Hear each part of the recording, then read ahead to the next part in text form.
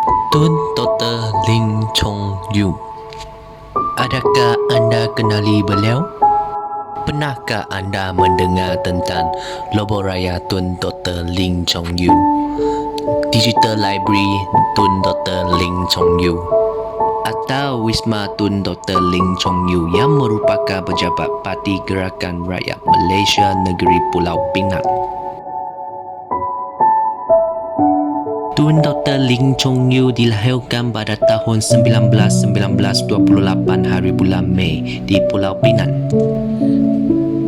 Beliau mendapat pendidikan awal di Sekolah Menengah Kebangsaan Penang Free iaitu Penang Free School sebelum melanjutkan pengajian dalam bidang perubatan di Universiti Edinburgh, Scotland.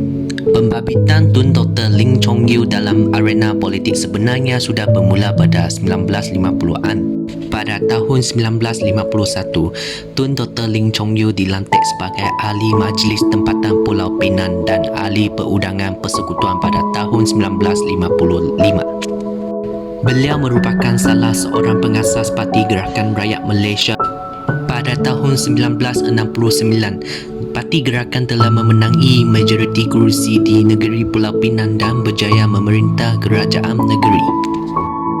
Pada masa itu, beliau turut dilantik sebagai Ketua Menteri Pulau Pinang kedua dari tahun 1969 sehinggalah tahun 1990. Bermulalah titik perjuangan politik Tun Dr. Lim Chong Yu di Pulau Pinang.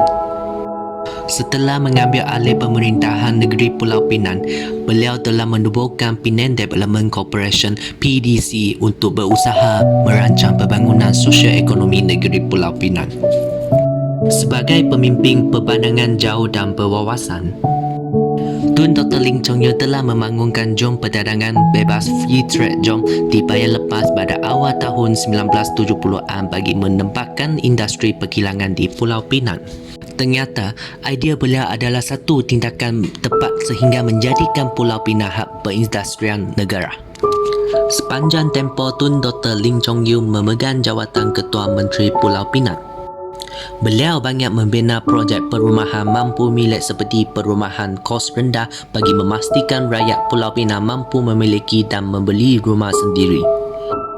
Pada zaman pentadbirannya, Kompleks Tun Abdul Razak atau dikenali sebagai KOMTA setinggi 65 tingkat dan Jabatan Pulau Pinang sepanjang 13.5 km antara bangunan tertinggi dan jabatan terpanjang di Asia Tenggara pada ketika itu, turut menjadi kebanggaan rakyat dan negara. Pada tahun 1990, Tun Dr. Lim Chong Yu kalah dalam pilihan raya dengan minoriti undi dan beliau membuat keputusan untuk bersarah diri dari politik setelah menjadi Ketua Menteri Pulau Pinang selama 21 tahun.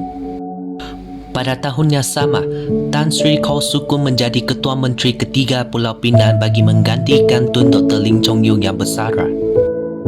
Setelah Tun Dr. Lim Chong Yu bersarah, beliau mula memberikan tumpuan dalam bidang perniagaan dan pendidikan.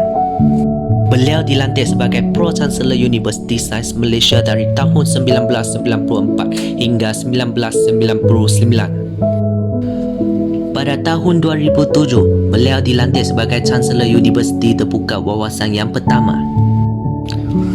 Wawasan Open University didubuhkan bagi memberi akses kepada orang dewasa yang bekerja untuk melanjutkan pendidikan tinggi melalui pembelajaran jarak jauh.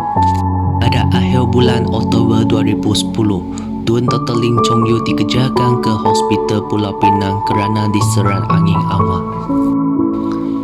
Beliau menghembuskan nafas terakhir di rumah kediamannya pada 24 hari bulan November 2010. Jenazah beliau diletakkan di Dewan Seri Pinang untuk penghormatan terakhir dari orang ramai. Kemudian diberikan upacara pengebumian peringkat negeri dalam bentuk perarakan yang dihadiri 5,000 orang. Lalu dikebumikan di tanah berkuburan Cina Batu Kantong. Pemergian beliau merupakan kehilangan besar warga Pulau Pinang. Beliau turut digelar sebagai Bapa Pembangunan Pulau Pinang pada ketika itu. Kini, sektor ekonomi seluruh dunia terjejas akibat penularan wabak COVID-19. Pandemik turut mempengaruhi kehidupan seharian masyarakat dunia. Jadi, semua pihak perlu berganding bahu untuk memerangi COVID-19 dan memajukan lagi negeri Pulau Pinang. Walaupun Parti Gerakan Rakyat Malaysia bukan lagi parti komponen baik dalam kerajaan pusat maupun kerajaan negeri, tetapi kepentingan rakyat sentiasa menjadi keutamaan dalam perjuangan gerakan. Biar sesusah mana sekalipun cabaran yang sedang menanti di depan mata, akan kami harungi bersama-sama dengan seluruh rakyat Malaysia. Demi rakyat, gerakan berjuang, bersatu hati, setia berkhidmat.